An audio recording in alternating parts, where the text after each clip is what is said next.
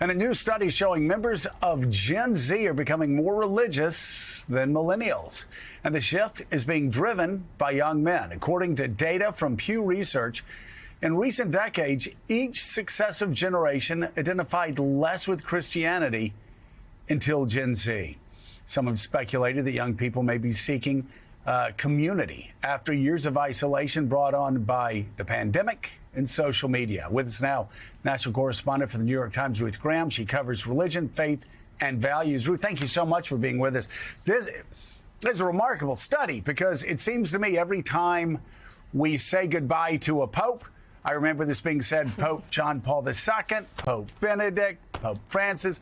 You have heard about emptying pews across the West, but that's not the case here in the United States. Doesn't seem to be the case in France. And even, Great Britain. When I go to beautiful churches in Great Britain, they've in the past served more as museum pieces, as active places of worship. But even church attendance up a good bit in Great Britain. What's driving this? That's right. I mean, when this first started to kind of emerge in surveys, it shocked experts because it sort of upended everything that people thought they knew about American religion, which is, this very steady decline over time. Young people less and less religious than every preceding, generation, and specifically, women being really consistently more religious than men, around the world in every religion. So to see young men driving this is really, really surprising. And there's a lot going on. I mean, here in the U.S., religion is sort of coded, especially Christianity, is coded more conservative. We know that young men are more conservative than young women by a larger than usual gap. And so, a lot of different factors going into this, but it's a really, really fascinating, kind of scrambles a lot of the trends that we thought we understood. Well, and the young men portion of it's so fascinating. There are, of course, young men, people like Scott Galloway have been talking about this for quite some time. You look at the numbers, young men are falling behind in every way. They're falling behind, whether it's educational status, on social status, all of these other things, and have become far more isolated from young men in my generation. And so do you think that's also a big driver for them to go to seek community in a church that also they will see as being less judgmental of them than the society at large? Absolutely. I mean, we hear a lot about the loneliness epidemic. And as you said, young men and young women are on really different trajectories, just in terms of educational attainment, even income. In some cities, women now earn more than men. Young women earn more than young men. And even kind of how they talk about their desires for family life. Young men expressing more desire to have children, which, again, also I think is really surprising to a lot of us older people. Yes, like when we think about loneliness, church is a place to find that. So, I've talked to church leaders and also young men themselves who say, this is a place where, my identity as a man is affirmed. I feel good about myself. I'm making friendships. I'm, getting leadership with, older guys who I respect. And so, I talked to a pastor last year who said young men are seeking clarity. They're seeking leadership. They're seeking community. And church, for a lot of people, is a place to find that. So, Ruth, talk to us about maybe some of the political implications. Obviously, there are, lots of reasons why young people might be going to church, and lots, as you just outlined, some good reasons.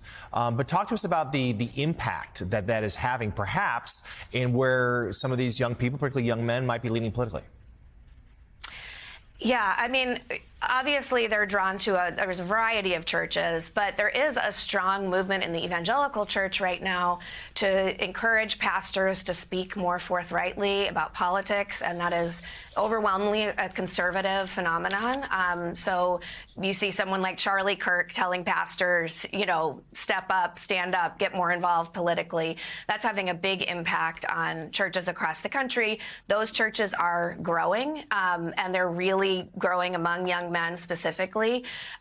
So definitely a big sort of culture shift happening. And as you're seeing young men kind of drawn into these more conservative spaces, that also is connected with voting and political landscape as well, for sure.